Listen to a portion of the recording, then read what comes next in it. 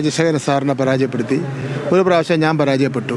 ഇത് അവിടുത്തെ നിയമത്തിൻ്റെ തിരഞ്ഞെടുപ്പിൻ്റെ 2-3 ടേമിൻ്റെ കാര്യം ഞാൻ സൂചിപ്പിച്ചെന്നാണ് പറഞ്ഞത്. അത് അല്ലാതെ നിയമത്തിൽ ഞാൻ ഇല്ലെന്നോ ഉണ്ടെന്നോ സ്വന്തമായി പ്രഖ്യാപിക്കാനുള്ള അവകാശം സംഘടനാപരമായും പാർട്ടിപരമായും എനിക്കില്ല. അത് തെറ്റായ ഒരു വാർത്ത അത് പറഞ്ഞതാണ്. ഞാൻ വീണ്ടും അത് എടുത്ത് വെച്ച് ആ പറഞ്ഞ വാർത്ത ടെലിവിഷനിൽ വന്നത് റെക്കോർഡ് ചെയ്തെടുത്ത് നോക്കിയപ്പോൾ നേരിൽ കേൾക്കുമ്പോൾ അതിലൊരു പ്രശ്നം കാണുന്നില്ല.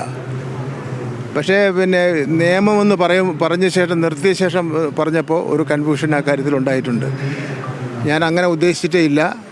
പാർട്ടിയാണ് അതിൽ നിയമത്ത് മത്സരിക്കണമോ വേണ്ടയോ എന്ന് തീരുമാനിക്കേണ്ടത്.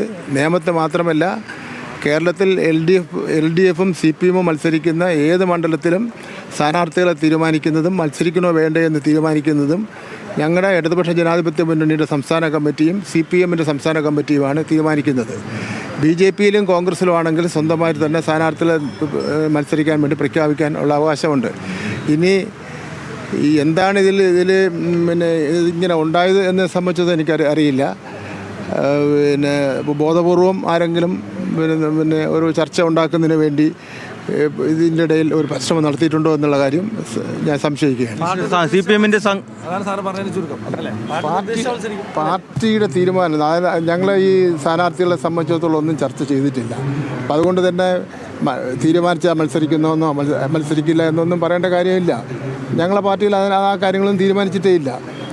വെറുതെ ഒരു ആശയക്കുഴപ്പമുണ്ടാക്കുന്നതിന് വേണ്ടിയാണ് ഈ തെറ്റായ വാർത്ത പ്രചരിപ്പിച്ചത്.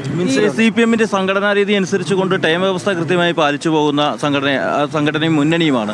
3 തവണ താങ്കൾ മത്സരിച്ചു. മത്സരരംഗത്ത് ഉണ്ടാകില്ല എന്നുള്ളതാണോ? ഞങ്ങളുടെ ആ ടേമിൻ്റെ കാര്യത്തിലും ക്രൈറ്റീരിയയുടെ കാര്യത്തിലും തെരഞ്ഞെടുപ്പിൽ സ്ഥാനാർത്ഥികൾ ഏതെല്ലാം വിഭാഗത്തിൽപ്പെട്ടവരാണ് എങ്ങനെയായിരിക്കും സംബന്ധിച്ചുള്ളതൊന്നും പാർട്ടി സംസ്ഥാന കമ്മിറ്റി ഒന്നും തീരുമാനിച്ചിട്ടില്ല. തീരുമാനിക്കാത്തൊരു കാര്യം എനിക്ക് പറയാൻ വേണ്ടി പറ്റില്ലല്ലോ. ഈ തദ്ദേശ തെരഞ്ഞെടുപ്പിൽ ഉൾപ്പെടെ അവിടെ BJP വലിയ മുന്നേറ്റമാണ് മണ്ഡലത്തിൽ ഉണ്ടാക്കിയിരിക്കുന്നത്. അത് വിജയസാധ്യതയെ എന്തെങ്കിലും ആശങ്കപ്പെടുത്തുന്നുണ്ടോ? ഇടതുപക്ഷ ജനാധിപത്യ മുന്നണി അസംബ്ലിയിൽ മത്സരിക്കുമ്പോൾ നിങ്ങൾക്ക് തന്നെ കാണാൻ വേണ്ടി കഴിയും, മനസ്സിലാക്കാൻ വേണ്ടി കഴിയും.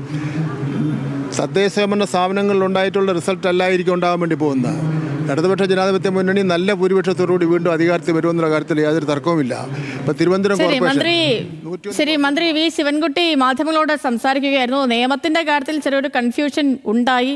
ഈ ഉദ്ദേശിച്ച കാര്യം പാർട്ടി പറഞ്ഞാൽ നിയമത്ത് മത്സരിക്കുമെന്നാണ്, അല്ലാതെ നിയമത്ത് താൻ മത്സരിക്കുമെന്ന് എവിടെയും പറഞ്ഞിട്ടില്ല. പാർട്ടി പറയുകയാണെങ്കിൽ മത്സരിക്കാൻ തയ്യാറാണ് എന്ന ഒരു കാര്യം കൂടി അദ്ദേഹം പറഞ്ഞു വെക്കുകയായിരുന്നു.